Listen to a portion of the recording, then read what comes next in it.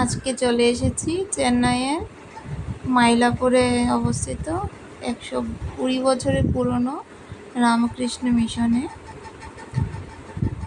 এসেছি।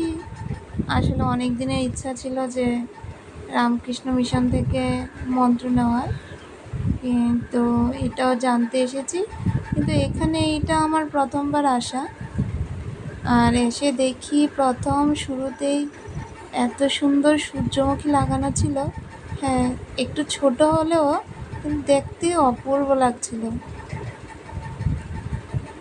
অসম্ভব সুন্দর। যেহেতু ভেতরে ভিডিও অ্যালাউ নয়, এই জন্য বাইরে থেকেই যেটুকু পেরেছি কভার করেছি। আর এখানে আপনাদেরকে বলে রাখি, যারাই আসবেন হয়তো চেন্নাই রামকৃষ্ণ মিশন ঘুরতে চাইবেন, এখানে দুর্গা পুজো হয়।